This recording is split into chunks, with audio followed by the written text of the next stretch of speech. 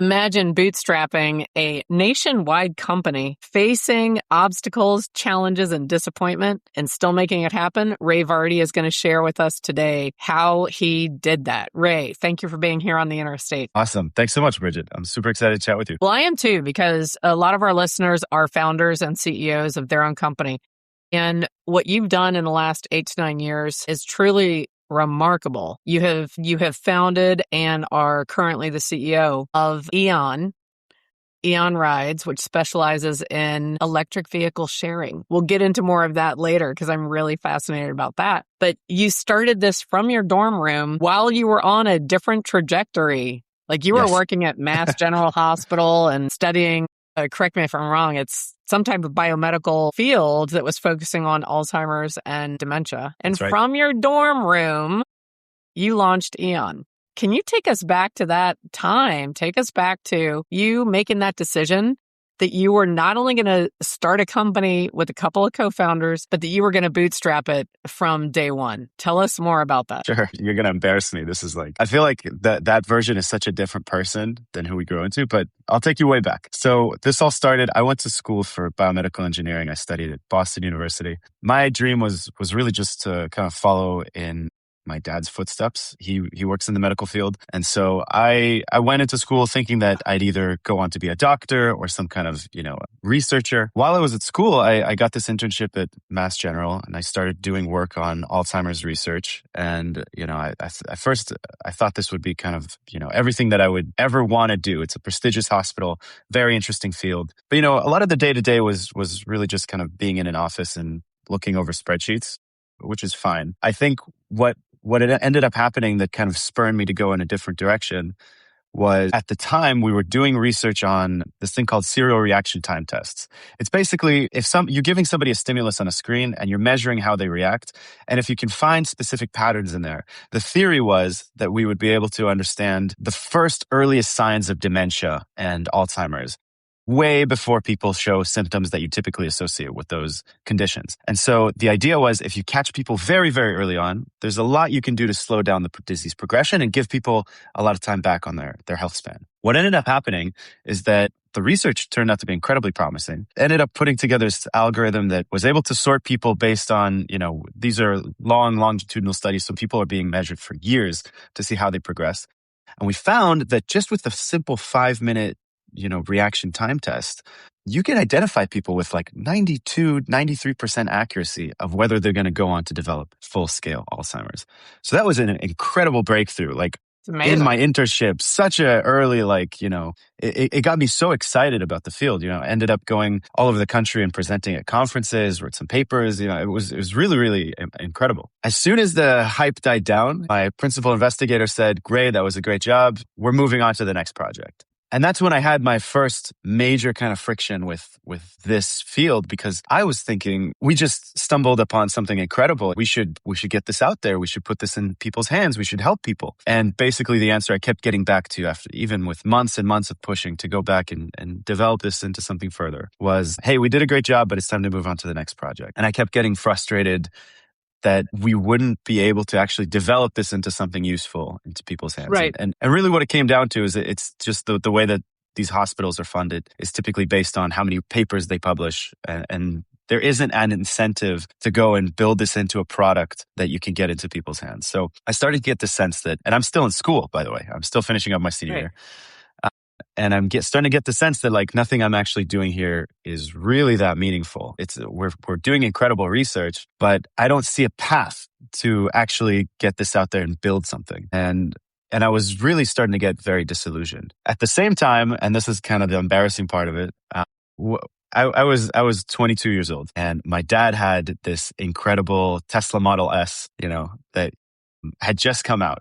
Right. This was this is when Tesla just started really to get big as a company. And this thing was a rocket ship. It was electric, the first electric car I'd ever driven. It could drive itself. It was accelerating insane mode, Right. So my dad moves to another state for a new job, and he's going to sell the car. But I am so desperately in love with this car. This is like my first real girlfriend, right? And I tell my Right. dad, hey, listen, whatever you do, don't sell this car. Give it to me. I'll find a way to pay you the lease, whatever it takes, And then as a bonus, I'll be that kid in college with this sick Tesla that just Yeah, came that's out. right. This is going to help me on dates, So a deal was struck, and an obligation was made, and I take the car off my dad's hands, get it up to Boston, and then I have to come up with $1,000 a month to pay for the lease. So then I come up with this brilliant plan. I'm going to rent this out to people in the community. I'm going to start sharing it and get people to pay me for it. And maybe this thing will pay for itself. And maybe this thing will even make me some money. It would be amazing if I could turn this liability into an asset, And within like literally the first month, it started to dawn on me that this was the dumbest decision I'd made in my life so far. Like this thing was a nightmare from start to finish. Like as soon as I got it, I built a website. I started running. I put up flyers. People started calling me. I did a Google My Business on my dorm room. I found parking in the back, and immediately this was a disaster. People would call me up in the middle of the night asking me stupid questions about how to use the car. I'd have to skip my classes. Like I was still going to school. I had to skip classes to meet up with people at times that they wanted to meet up to hand over the keys. Oh, to like deliver the car or pick it up. Yeah. Yeah, exactly. And people were this car was not being taken care of. It was being scratched, dented, smoked in, brought back late, not brought back at all. Right. At one point, someone used the car to rob a bank, So the police are knocking on my door. I mean, in hindsight, it's fantastic. At the moment, I'm sure it was horrible. And this is like back when you're 22 years old, the first time you've ever done anything in your life, and you're like, oh my God, am I going to jail? So everything that could have gone wrong went wrong. My life was completely disrupted, and 30 days in, all the love that I had for this car was like flipped. I just hated this thing. And this is coming at the exact same time that I'm getting so disillusioned with what's going on at the hospital. And I just kind of hit this breaking point. I graduate. This all happens like within the same time. And I just kind of go like, wow, I don't want to do this thing. I just finished a 4-year degree for the kind of work that I'm not excited about, doesn't get me going. Dang, and I've got this liability now. I owe my dad money that I have to find a way to pay him back now because of course I missed the first payment. You know what? Let's pause and let's try and figure this out first, right? Like I'm going through an existential crisis. Let's go through the crisis by solving the car thing first. Right.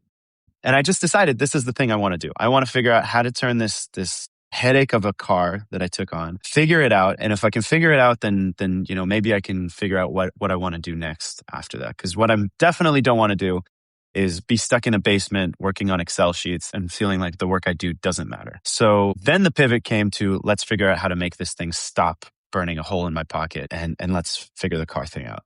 So that's chapter 1. We could talk about chapter 2, but that's how the whole thing started. It really started as on a whim and then became my entire life, my entire professional life. Well, you know what's funny? So many entrepreneurs and founders have a similar story where they had a long-term passion as a child, teenager, young adult. They sought the degree, they earned the degree, and then they went, wait a minute, this does not satisfy me. No, what's brilliant in your story, per me, this is my opinion, is that you had an awareness level early on that although I have invested the time, effort, energy, and dedication into this degree, I am now realizing it is not going to give me the life by design. It's not going to be in alignment with how I want to live and build a career. Right. And whether it was inadvertent and accidental or not, I think that what has happened is you were able to create this life by design and alignment, and you weren't afraid to do it. I mean, because so many of the people that are guests on my show or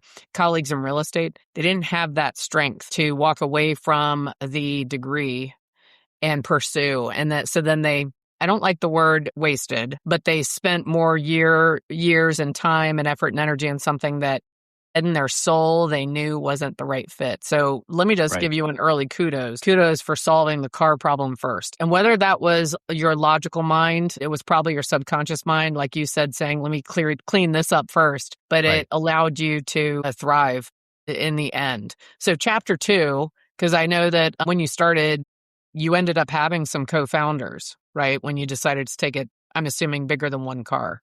Yeah. So So walk us I'll through walk. that. Yeah, it's actually one of the crazy stories. So just one real quick thing on deciding to pursue this. I feel that I was so lucky that so many things fell into place. You know, I had my parents' house that I could go back to after college and have basically no expenses to figure this thing out first, right? Right. I think the thing that actually drove me to say, we're going to try and take a chance here is that I looked at myself in the mirror. I said, okay, I'm 22 years old. This is the youngest I'm ever going to be. It's Yep. also the least responsibilities I will ever have, you know? That's the Absolutely. thing. And that made it a lot easier to take the chance, right? I think a lot of people, when they're thinking about, do I enter this space? Do I try and strike out at whatever I want to do? They have obligations. You know, they have a Right. mortgage, they have a family, they have kids to support. There's a lot that goes into it. And I just realized the only thing I'm going to accumulate as I go over time is obligations, you know? That's right. So this is the most like forgiving time that I will ever have if I want to try something. So it doesn't really matter if I don't have the perfect idea or I don't really know what's next. It's like, let's just give it a shot, you know? Right. And that's why all those things just brought me a ton of luck. They converged. Beautiful. And even some of the things that seemed like frustrations, disappointments, or failure, that I'm not saying you perceived them that way, but it does sound like you had some challenges. You were willing and able to say, in spite of that, I'm still moving ahead with this. And that is the sign to me of like a natural born founder. Like, so you probably had these skills in you and now you were letting them come through. Yeah. I mean, I can't argue with you. Okay. So on to like the process itself, right? So this is back in, I graduated in 2018. I moved to New York where my parents are currently living at the time, living in literally their attic at this point, right? We have a small apartment with like a small, tiny loft that I can't even stand up straight in. I literally have to crawl into. And I take the bus back and forth to Boston where at this point I have 2 cars because I was like, okay, I'm going to do it. My dad's like, okay, I'll find, if you're really serious, we'll get you one more. You know, I'm like, okay, fine. My dad's credit line's on the line. So I take the bus back and forth from Chinatown over to Boston. And every time I'm in Boston, like setting it up, prepping the cars, meeting with customers, you know, I'm sleeping in the cars between the trips because I have no money. This is what I got at the moment. But I say, okay, let's figure this out. Let's try and make this work. Over the course of a year, I go from 2 cars to 4 cars. So I start expanding the fleet. I find a guy who lives in the same dorm room that I did. And I basically give him a job of like, here, you're going to clean and charge the cars between. And I start being like, okay, I'm starting to figure this out. And the most important thing that happens during this year is that I understand the problem. I really come into contact with the problem that I'm trying to solve for the first time. And here's the problem. The car rental company, like I initially thought I'm going to share my car and that's going to allow me to afford it. But the reality is that there's no such thing as sharing a car. Okay. There's only becoming the world's tiniest car rental company. Right. Because here's how this works, right? Sharing a car is not like sharing anything else. There's nothing in the world that you could share that has this much risk and this much potential downside when you give it to someone else. You're like right. When I give you a car, I'm telling you, hey, Bridget, I've never met you before. Here's my $70,000 asset that you pinky promised you know how to drive, that you're going to bring it back on time, that you're not going to hurt anybody, you're not going to damage it. And if you run off to Mexico and I never see you again, you know, I'm going to have to figure out how to make that work. Right. Right. Yay.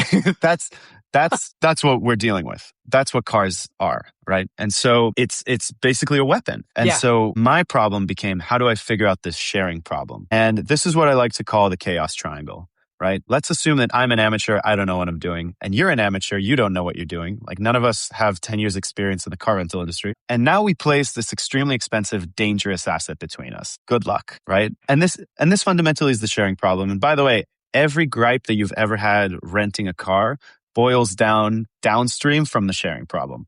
You get to the airport and they have a piece of crap car that, you know, like is dinged up and, you know, they have all of these crazy fees and forms and deposits and you got to buy this insurance. You don't do this. It's all downstream of the risk. And so my problem was, how do I solve this risk problem? Not in the way that a typical car rental company solves. I have 4 Teslas.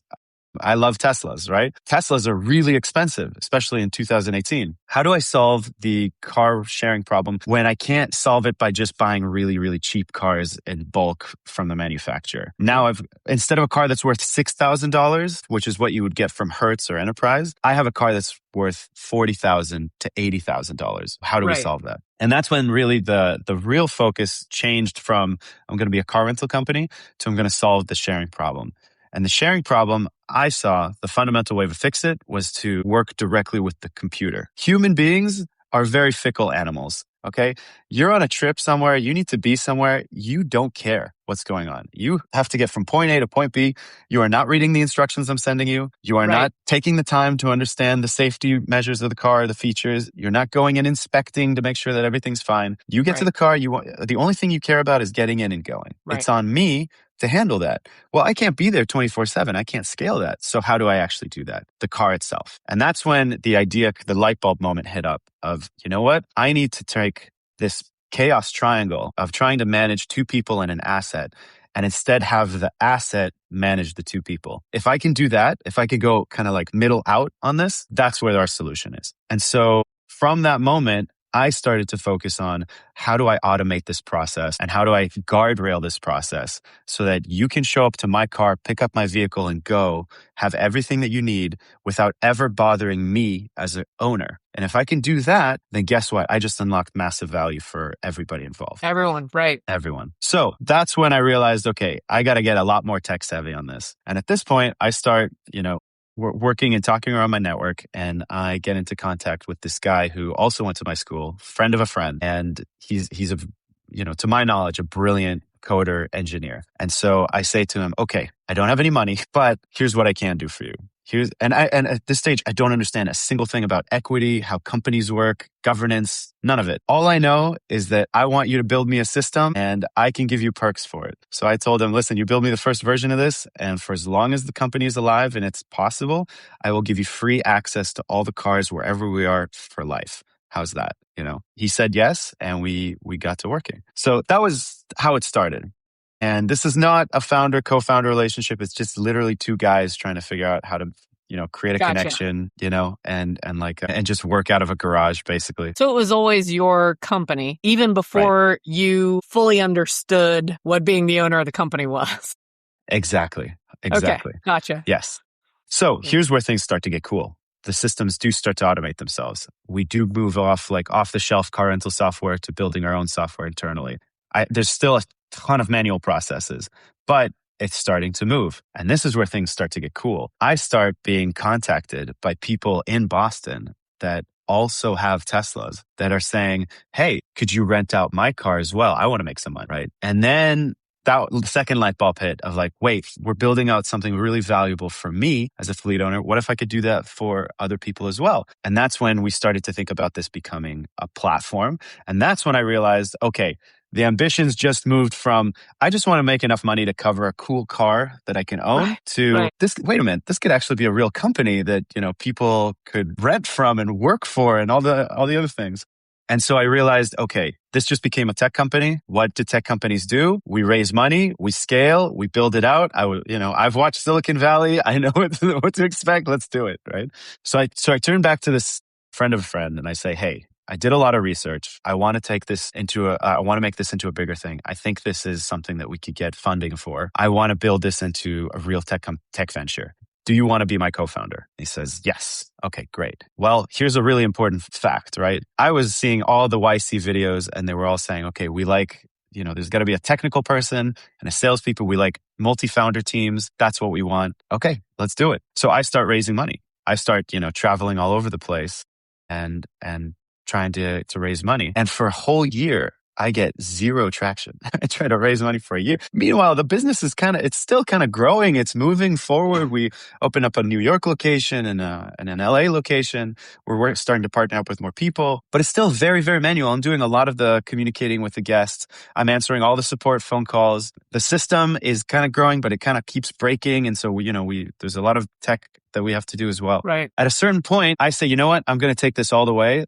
No more half-assing it. I'm going to fly to Silicon Valley and I'm going to pitch to people in person. And so I fly down to SF. I rent a minivan for 2 months. I live in that minivan. There's a lot of Ray living in cars in this in the story, right? Yeah. And I literally I wake up, I go to the gym, I brush my teeth, I pep talk, you got this, I meet with the investors. That's right. Yeah. And I'm like, hey, this is the vision. And I just get, no, no, no, no, no, no, no, no. Right. And, in hindsight, it makes a lot more sense why I got a lot of no's. There's founders who have raised capital will know this very well. There's like these waves of companies, that this is the hot thing right now. Right. Right now, it's all AI. If your company's not an AI company, forget about it. Like nobody's investing. Yeah. Right. Mobility and mobility services and solutions were all basically like 2010 to 2014. And I'm pitching at this point in 2019, 2020, right? 2021. Right, is at this point. So all of these investors are looking at kind of what I'm bringing them is this is like, come on, man, this is like a decade old. And the other thing they're looking at is they're seeing all these mobility startups that had come and they raised a ton of money and they all crashed. If you look at the mobility startup space, it's a graveyard. It's like so few made it. There's like Uber, Lyft, and that's it. Like there's really nobody else. And, we could go through them, people will know a lot of these companies, but I was just getting a lot of hesitation. But kept going, kept kind of pushing further and further into it. Eventually, I had a very small firm say, okay, we see what your plan is. We see how this could work. Let's do it. And they gave me a term sheet and I was like, wow, this is an unbelievable moment. I called my partner. I'm like overjoyed and like crying on the phone. I'm like, we actually did it, Yeah. And by the way, the evaluation was pretty bad. It wasn't like, it was like a very low evaluation, but I was still like so excited. It was still the first one. Yeah. And like, we were so happy that night. Literally the next day he calls me and he says, my mom is very sick. I have to leave and spend time with her. I'm sorry. Good luck. Oh. And that was like that, And that was your tech guy. That was my tech guy. It was me and him. And that's the whole company. Yeah. Right? And I'm kind of like, I kind of have like an hour or two to kind of freak out, but I kind of say, okay, you know what? I think I know how I want to push this forward. So I go back to the investors and I say to them, guys, listen, here's what happened. I know how bad this looks. Here's what I want you to do, right? I want you to like look at it this in another way. Let's take this as actually an opportunity for you to evaluate me as a founder directly before you even put in money. This is a crisis. Half the team just left. Give me 30 days. I want you to look at what I can do in 30 days. And if you like what you see, let's continue the conversation. And they're like, okay, you know what?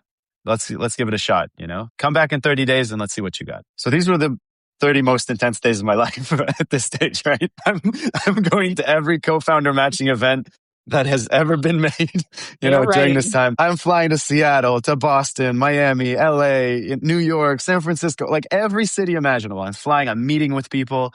I'm, learning how, like the basics of code on my free time, just so I can kind of oh my gosh, explain people the architecture of what it is that we have, all the while like running the business still as a solo person. You're still renting cars. Yes. Or sharing cars. And by the way, you're still, I want to my credit, if I can give myself a tap on the back at this point, like I've been running the business for three years or so, right? The company is over $1 million in revenue yearly. It's profitable. It's still growing, and I'm one person. I was going to ask that. So I'm glad you mentioned that. I was going to ask, when did you start? Good. Yeah. Okay. So, I know what my vision is. I know what I want to build. I'm showing people like, here's the evidence. Look, here's what one guy, well, two guys, but now one guy with like with no marketing, no external funding can build. We're already past $1 million. Imagine what we can build further, right? With the right team and with the right resources. So I bring on this new guy. 2 weeks in, I get this guy and we start. He also had exited a company very recently, managed to sell it, had a lot of experience, more experience than my last guy. We settle up on an agreement. The first guy, which is going to be transparent, I offered him, 33% to come on as a co-founder. This guy gets a full salary and 15%, right? Because the company's much further along now. So I'm already feeling good. 15 or 50? 15, 1-5. 1-5, gotcha. Okay. Yes. So, and a full salary, right? So I'm feeling good. I'm like, you know what? Hey, maybe this all turns out for the best. Maybe I end up keeping more equity. This could be great. Right.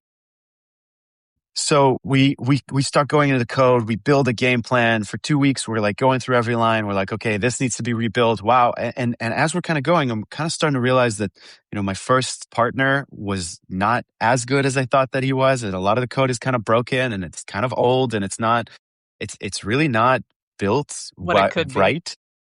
Yeah. But that's okay.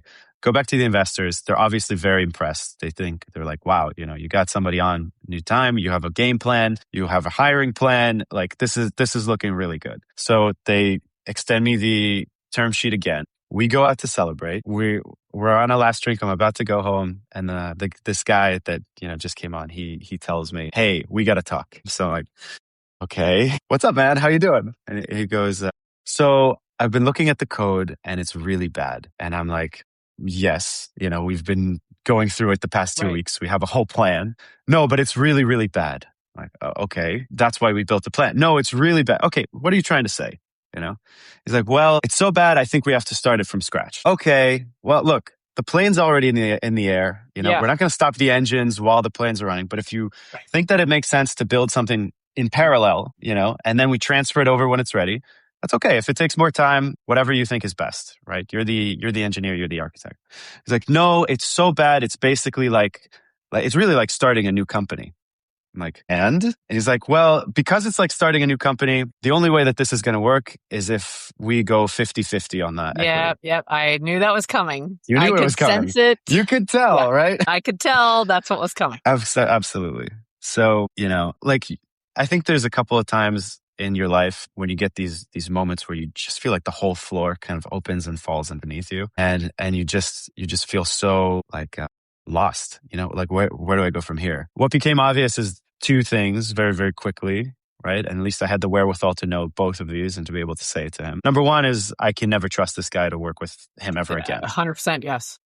There's no way. We get funding, we don't get funding, it doesn't matter. The next time we have a crisis, he'll leverage me again. He just stabbed me in the back. Like there's no situation in which I can ever trust him this intimately in the company. So he's just a no-go to begin with. Like as much as he's technically capable, as much as I wanted to work with him, it's just I can't. It's that like was a blessing in disguise. No question. It's look, a co-founder is a marriage, right? You're actually more. It's easier to get out of a marriage than to get out of a co-founding relationship. That's right. With your co-founder. So. You have to choose the right person, 99 times out of 99 times, there's no wiggle room. But the other thing that was like really, kind of surprising is he also showed me that he wasn't very smart as a human, right? Because look, we had just settled on 15% equity and a salary. Okay. Yeah. Now we get a term sheet.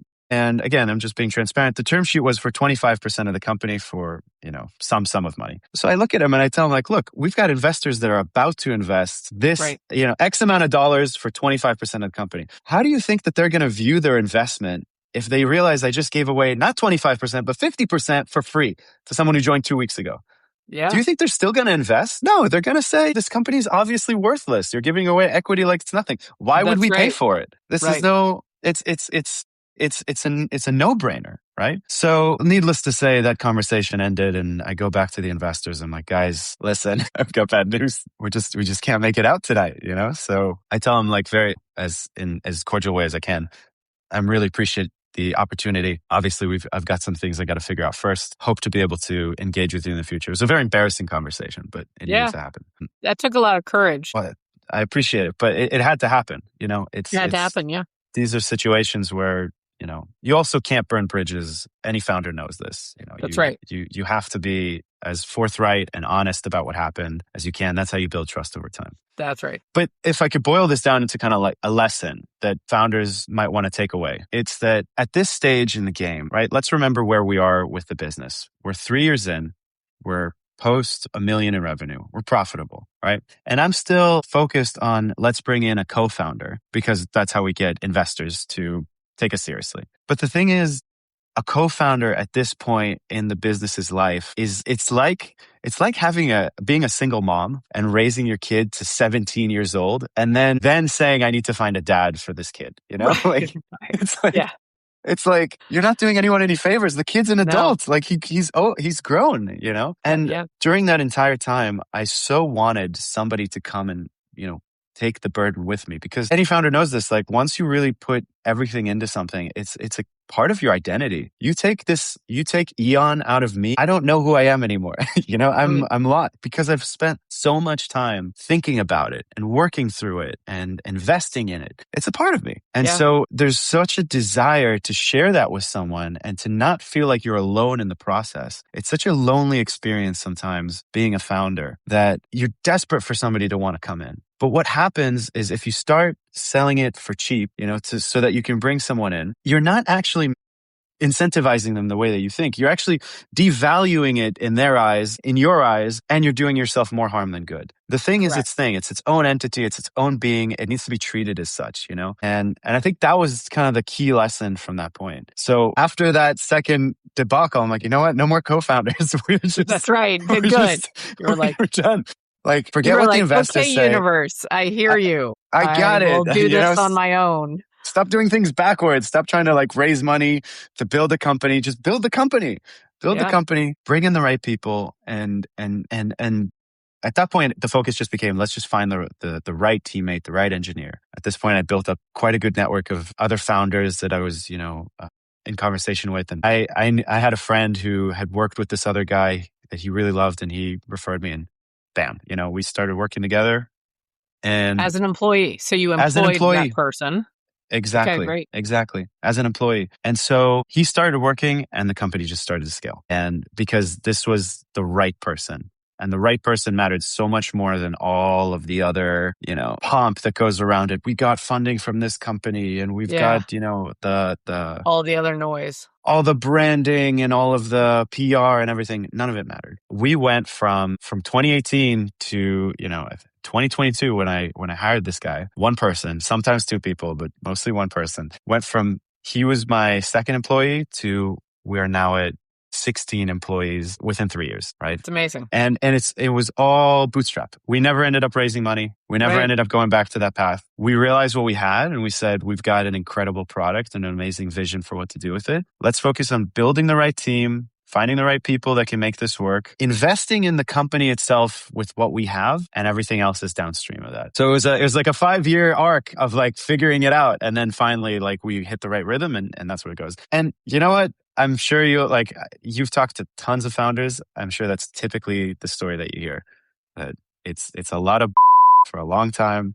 Yes. And then you figure it out, it clicks, and everything starts working. It's amazing. And when I was looking into some of the things about the culture that you've built with the employees that you have. So correct me where I'm wrong, but you have employees that are here in the States, and you have employees that are in the Philippines. But one thing that stuck out to me that reflects the opportunity and the culture of what you're building is one of your employees was able to buy their first home. And apparently it was pretty significant. It may have even been the first time someone in her family had owned a home. I'm not sure about that, but I think it was very significant. And to me, that means that, you solved the problem. Right. To sharing. You are a niche that's focused on electric vehicles, which people that love them. So having that opportunity is huge. And you're creating a culture within your company where the people in there are able to achieve their goals and dreams while they're working with and for you. Absolutely. Absolutely. I think that was the most, and has become the most gratifying part of being a founder, in my opinion, is knowing that you actually affected someone's life in a good way. So for context, we've got a lot of our support and admin team are in the Philippines, and we actually do a trip twice a year to go and hang out with them, That's and great. meet them out there and do dinner and take their kids out for ice cream. But this girl had just got married, had a kid, and she's pretty young. She's 26, and she was, with the salary that we could provide her, they were able to buy their first home. And it was such a touching moment for me, because that's not something I ever thought I would value. Again, I started from a place of what do I want to do? I want to work in science. That's what I love. But here, the thing that really gets me excited is building that value for my team. Yeah. And at the end of the day, I think that I've been so blessed to work with such incredible people that has become the primary driving motivation for me. It's always part of it, but it's no longer really about having a big company or a successful company. It's the fact that I go into the office and I have fun with the people Right. around me. Like we all feel so engaged and that we're working on something interesting, and that like we go out after work for karaoke and we do these team retreats, and that's the part that really becomes super valuable. And I think that any entrepreneur will tell you that once you strip away all the hype, right? That's the thing that really gets them excited about their companies and the projects they're working on. And it's funny because I will bet that when you were sleeping in the Tesla in Boston after graduating, you probably never thought what I'm working on right now is going to allow someone halfway around the world to buy a house. Not even remotely in the realm. And look, all my doubts were founded too. Like, and every founder when they start, they're all like very rational doubts. I almost lost the business. I only told you about one time where I almost lost the business. I almost lost the business 5 times where things went just completely off the rails, and I was like, well, this is it. Like, but sometimes it just takes a little bit of craziness to just keep going forward with it. And I really think that especially today, with all the AI tools that we have, with all of the capabilities, the things that you can access for free, if you have a good idea and you're willing to push for it and willing to sacrifice and take a chance, there's literally never been a better time or a less risky time to start your own business. That's right. Yeah. So I want to ask you about that. You mentioned briefly renting the minivan, sleeping in the minivan, going into your gym membership to brush your teeth and grab a shower, and then doing affirmations in the mirror. And so like when you were facing other times where, as you said, you felt truly that you were either losing the business or it was going to fail, how important was it, your self-talk? How important was your self-talk in the morning? And how did you get yourself to keep pushing through facing failure? So it's one of my favorite questions I think I've been asked, because it really gets to this is what I think founders need to hear and know. I'll be honest with you, I did not have great habits. I smoked for like a decade in my life, like from college onwards, and I kept trying to quit, but the stress of the business kept bringing me back, and it was a crutch. And I'll talk about kind of like a little bit more on that in a bit. But like here's the most important sentence that I kept telling myself. I had these 2 pictures in my head. One, I would tell myself when things got really, really tough, I'd go downstairs or I'd go outside and I'd light up a cigarette and I just kind of like think to myself and repeat to myself, there will be a day where I am at the end of my rope and I call it in and I'm going to give up, and I let myself accept that I'm a failure. There will be a day, but today's not this day. That's what I kept saying. I gave myself permission to fail in the future, but not just not today. That's it. That's great. And it was really important that I told myself it will be okay for me to give up later, but not now. Not right? today. That was so powerful for me. And like, I'd finish my cigarette, go back up, get to work, and we'd figure it out. And the other thing that I don't know where I came up with this. So I don't want to take credit for it, but I think it's just an idea that at some point lodged itself in my head. And I kept thinking about like Michelangelo's David, like this incredible, beautiful piece of art, this marble piece that everyone looks at and says masterpiece, right? Right. And I'm like, okay, at one point, this thing was just a block of stone, And how did that stone become David? Somebody came with a hammer and just smashed it, like that. Right. That's how it works. You took a giant piece of marble and you just smashed it with a hammer and chisel. And every time you chip off a piece of the rock, you're getting a little bit closer to that masterpiece. But when you smash off a piece of rock, you're like, oh my God, I just got injured. Piece of rock fell off. There's this vision that you got hurt, but you didn't. You just become a bit more molded in the right direction.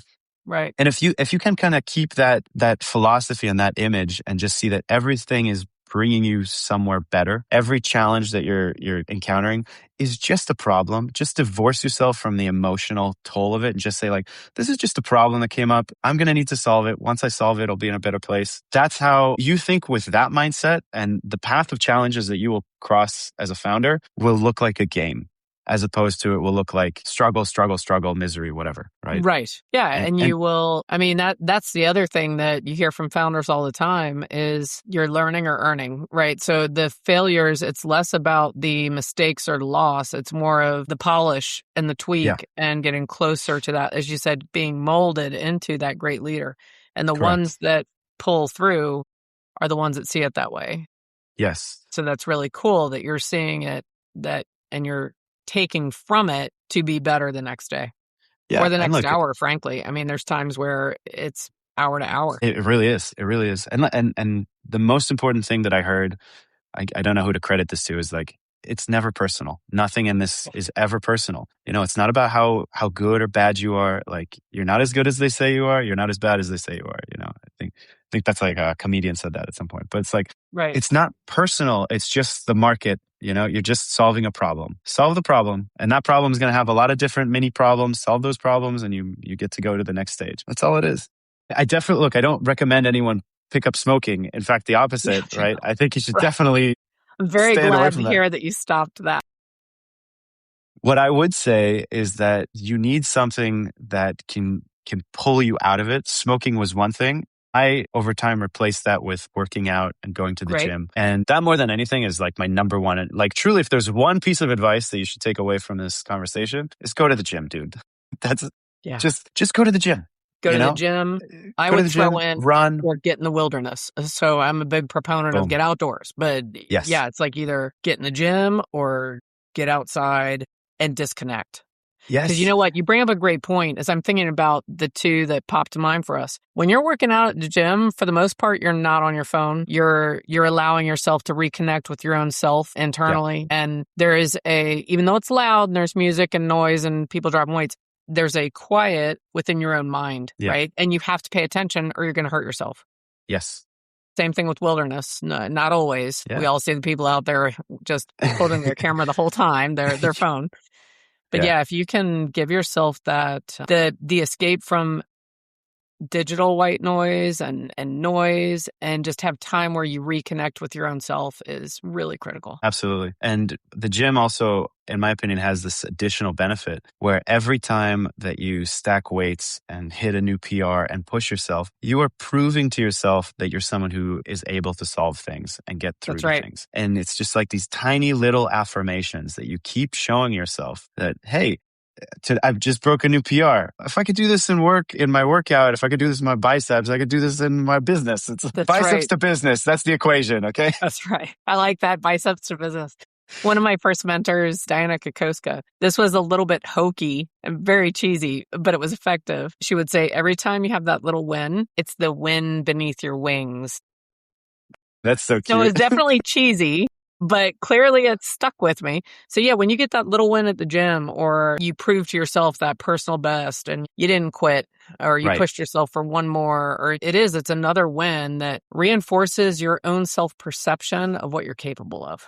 Yes, that's it. And it's so valuable. Yeah. The number one thing. You're not going to get that, as you know. Yeah. From smoking or from some of the other crutches people lean on that have a more negative impact.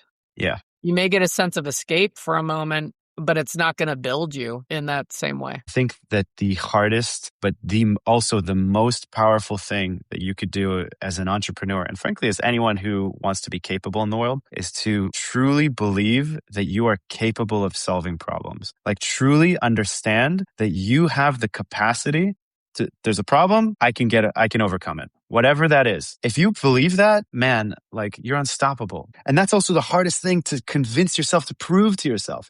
So the more little things you can do to prove to yourself that you can do this, hell yeah, I'm not trying to brag on this at all, but it's just relevant to the point. Like, I completed my first marathon a few months ago. I was never a runner. I never ran my entire life. Like, what happened was one of my teammates wanted me to sign up with him for the half marathon. I accidentally signed up for the full marathon. I get there the day of, they give me the full marathon bib. I'm like, are you serious? They're like, yeah, go ahead. So, but the thing is, like, I kept like, mile after mile, you're like, well, we're doing it. We're doing it. That's right. It's happening. Listen, it's happening. The consequences, deal with it later. It's happening. That's right. It's happening right now. You're in it and you're doing it. I'm capable. We're going to do this. This is really happening. And at the end of it, I ran a marathon without even properly training for it. It's great. Because it's mental. It's genuinely all in here, Right. And And I just hope that anybody who's kind of wants to embark on that, you also see that everything is backwards and forwards and backwards and forwards. Like this desire to believe that you are capable of things is what's going to drive your business. It's actually the other way around. You building a business is what's going to create that belief in you. And that's what's Right. going to give you the happiness that you want. Because that understanding, that competence, that feeling of confidence in your own body that I can do things that's the thing that us as entrepreneurs is the thing that we're all chasing after. And that's the thing that we actually love more than anything. That's right. Yeah, because that's our sense of identity. That's what you're building, right? So easy for me to say because this was my path and this is what I chose to do in life. But I think if anybody wants to develop a sense of confidence and to feel that they're in control of their life, start a business. It'll be really painful. It'll suck for a couple of years, but it will give you tools that you just can't get anywhere else. And it's a sublime experience at the end of the day. Can't learn it in a book. You can't take a class for it. Yeah, you just have to do it. Yeah. So I want to go all the way back, if that's okay.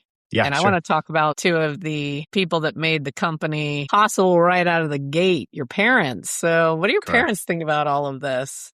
My parents, at this point, couldn't be prouder. I can't overemphasize how lucky I am to have been born to these parents. I grew up very middle class. Like there was I never lacked for anything, but I was in that kind of sweet spot that you kind of find with middle-class immigrant families where you have the right senses of hard work instilled in you, but you're not so hungry that you forget to love each other. You know what I mean? Yeah. It's like there's almost like there's this sweet spot that you want to have a family in where it's like you don't have so much that you stop valuing it and you become vain, but you don't have so little that you're desperate and, Right. It's this place where it's like you have just enough to get by and the space to like focus on what really matters in life, which is the relationships, your family, your kids. I grew up in that little cocoon, And so the way that my parents always treated me from basically like from middle school on is at a certain point, and it's a mutual relationship, this kind of framing of it. I proved to them and they proved to me that they kind of trust me to do what I need to do in life. And they're there to support me, but they give me a wide berth, And that's kind of the most beautiful thing that I had.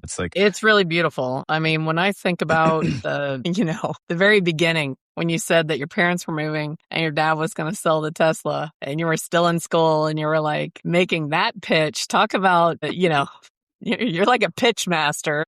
Even though you faced the refusal in the future. That was pretty brilliant. Let's just say I had a warm handshake to that relationship. So, Yeah. But it's still remarkable because, frankly, you and I probably both know people where the parent would have said no. Yeah, of course. And by the way, I'm not even putting those parents down. Some parents might have been in a financial position where that would have jeopardized like the whole family, So. Yeah. Absolutely. But it's still phenomenal. And look at what you have now. On a very practical note, let's just say that someone is listening to us right now and they have 2 Teslas. I'm thinking of people I know in Tennessee. They have 2 Teslas and an Escalade. If they wanted to put one of the Teslas in your system, what do? They sign up on our website or download our app, connect their cars in, I think it takes about a minute and a half and start making money. There you go. It. Okay. It's as easy as that. There's really nothing more to it. Now they've got a Model 3 and a Model I. Let's say someone has a Jaguar I-Pace. Have you gone brand agnostic? Like, can other brands come in? Awesome question. So we do have some support for Rivian and Lucid, and we're building out Cadillac as well. Okay. But the vast majority is Teslas. And again, the reason is we want to eventually be able to incorporate all brands. But remember that the core function of the business is that you, Bridget, you come onto the platform, you start renting out your car. We want you to be, spending time with your family and going on vacation and never being bothered about your asset. That means we have to have total control of the vehicle digitally. Right. So Tesla's got what we need at this stage. Brands are catching up. Good. But it's a step-by-step process. It's not like we can just get any car on there. So right now, Tesla, hands down, sure, someone could join today. They could be doing it before we even wrap up. Exactly. And if you have a Rivian or Lucid, you have some ability with those, but it's a little bit more limited. Correct. And you're working on others. So that means great news. You've got more problems to solve. And we know that brings out your best, right? 100%. Yeah. And We actually just added a Porsche as Oh, great. the Okay. electric, the Porsche Yeah. Taycan as a Right. supported model. So, these are always expanding and getting better and better over time. So one other question I have is, and you were mentioning, and it's funny because when you brought up that surge in mobility and either Uber or Lyft or ride shares, and I thought of a few in mind that are no longer around as far as I know, not that I've checked recently. I believe, Yeah, isn't Turo still present? of course. Yeah, Yeah. So I think Turo kind of made it, at least today, through that storm and that, they did. falling They away of 100%. others. Turo is a very fascinating story. And I have a lot of respect for, what Turo built. Turo and Airbnb started in the same year. I think some of the challenges that we discussed in sharing a car are kind of, if you kind of are sitting there and asking yourself like, okay, why is Airbnb like an enormous monster that has, massive market share, and Turo is much smaller by comparison Right. in the mobility space, in the car rental space. I think the problems that we talked about with sharing assets is a huge chunk of that, right? Yeah. So on Airbnb, I can rent out your Airbnb, but I'm not going to like use your house to rob a bank. Right. That's right. I'm not going Yeah. to run, No, I get that. I'm not going to run someone over in your house, right? There's just like It's harder to weaponize a home than it right. is either a car or an RV, because there's Exactly. also RV share, and that's where it gets more like Yes. So our challenge scary. is always like our equation is like, how do we make it easy to use but hard to abuse? That's kind of like that's the thread that we're trying, the needle that we're I like trying to that. thread. Yeah. The thing that I think is appealing, and I have owned electric vehicles. I had the Jaguar I-Pace and loved it. Nice. Now considering what the next one will be, and it's funny you mentioned Porsche because I was looking at those. But the thing that's funny is it's not just something for the owners that participate. A lot of people that love EVs love them to the point where they want them all the time. Yeah. So I could see where your niche is working as part of your strength. Yes. And a thought came to me, and I want to ask your opinion. So I have rented from all the big companies, but usually it's like, Hertz or one of the variations of Hertz. And it's funny because I watch a lot of people, when they rent a car, they accidentally, I'll use your word, end up with an electric vehicle and they're mad. Yeah, I sure. didn't want an EV. I got the Right. manager special and I didn't think it was going to be an EV. And I actually looked some of this up online. So people complaining about that. But with yours, it's the opposite. They know for a fact they'll be getting what they want. Yes. So Yeah. here's where our platform starts to, like, in actual essence, starts to look very different from the typical experience. The entire process is built around the idea of making things frictionless, right? So when you book with us, you download the app, your app becomes a digital key. So that means you walk up to the car, in and out 40 seconds, it literally unlocks from you being next to it. It's Right. Bluetooth. You don't have to pull it out of your pocket. You just get in and go. Additionally, we have all these additional features where you see where the car is before you arrive. So for whatever reason, this is an issue on another car sharing platform, let's say. You book someone's car, you show up, they forget that they're supposed to have a rental. You show up and there's no car. Not Right. possible with us, because we're checking to see that the vehicle is where it's supposed to be. And if it's not, guess what, Bridget, we're going to contact you before you arrive. We're going to tell you, hey, there's an issue with your current car. We're swapping you over here. Here's, $20 Uber credit if you need it. Right. You don't miss that business trip. That's a huge difference. Right. You preheat the car on a cold day, pre-cool the car That's right. on a hot day. All that's done Yeah. for you, right? And so part of the reason that people get so frustrated when they get EVs, you don't want to give people surprises that could interfere with their trip. Now, if they have to plan around charging, that's a nightmare. Now, if they have to think about, I need to recharge this thing before I bring it back, that's a nightmare. That could take an hour out of your day. So with Eon, you bring it back as is. You're never asked to recharge the car before you bring it back, because we know how valuable that is. And we go through all the processes of showing you, hey, here's where you charge it. Here's where you, it's all built into the app and into the experience, so that's actually seamless. That's the biggest problem with the current method of doing things. You just don't know what to expect. You show up to the counter, you stand there for an hour, you get a car that's not what you wanted, and then Right. and then you're kind of like you're on your own. Whereas with us, like, everything is pre-done before you arrive. Once you arrive, you just get in and go. It's as simple as that. And so that's why it's true to say that we have a niche of EV enthusiasts, but I would argue, and we have data to back this up, that the majority of the people that use Eon and love Eon, and one of my proudest statistics is that 70% of our revenue comes from returning customers, right? It's because of the convenience and the experience. It's not necessarily That's because it's an great. electric car. It's because we built an experience around it that actually makes people want to rent with us as opposed to somewhere else. That's great. That is really great. I can't wait to download it and test it out. And I will absolutely be doing that, and I'll report back on how it goes. Absolutely. But I hope so. I have one other question. Yes. Cybertrucks are, as you know, either beloved or loathed. Are Cybertrucks part of your fleet? Yes, absolutely. Oh, there you go. We rent them out all the time. We get people. I mean, look, we work with a lot of big companies too, like Netflix, Amazon Studios, the Ritz-Carlton, the Four Seasons. They all rent from us in one form or another. You would be shocked how often people want Cybertrucks and how much they're willing to pay for them. It's kind of the perfect car not to own but to rent instead, just to get the experience, and you don't have to have it sitting in the driveway. Yeah, that's what I figured people were doing. Like, oh hey, we're going on this trip. Let's get the Cybertruck and see if we like it. So that's really cool. Totally. Well, I just think what you've done, obviously we spent time here talking about the company itself, but what stands out to me is you allowed your desire that was within you to come out, and you were not afraid to say, not use your degree, which, by the way, I know you did use your degree because your degree impacted who you are, but you didn't use it in the way that people typically would for that degree. And you took that risk and bootstrapped, and you would not allow failure to be an option on any given day. You gave yourself the grace that it was possible for a future day, but it wasn't for today. Correct. And I'm really excited that you've got more problems to solve. You're going to keep growing this.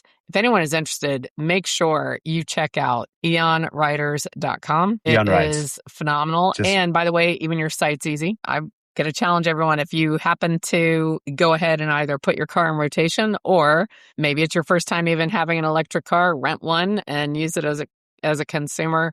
Put in the comments if you do it and let me know how it goes. Rei, I want to thank you so much for being here today. Bridget, I had an incredible time chatting with you. You're such an amazing host. Thank you. I really appreciate it. And if you are listening to this episode of The Interstate, I hope that you'll join us again.